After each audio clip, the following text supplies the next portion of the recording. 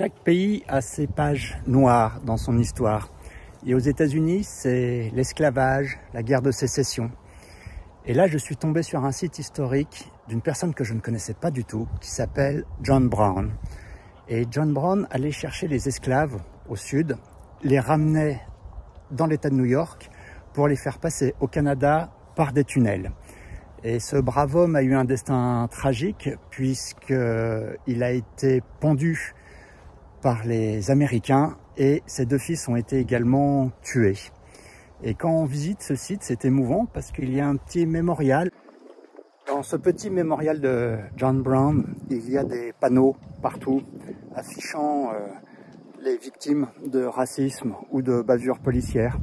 Et il y a deux noms qui ont retenu mon attention, celle de Martin Luther King qui a été assassiné et celle de George Floyd avec sa célèbre phrase « Je ne peux pas respirer, I can't breathe ».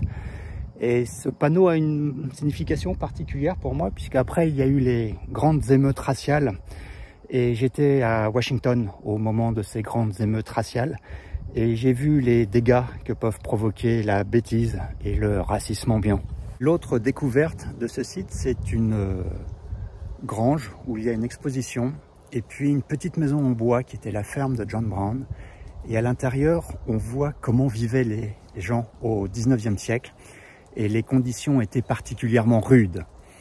Et c'est ici qu'on s'aperçoit et qu'on sent toute l'histoire des États-Unis.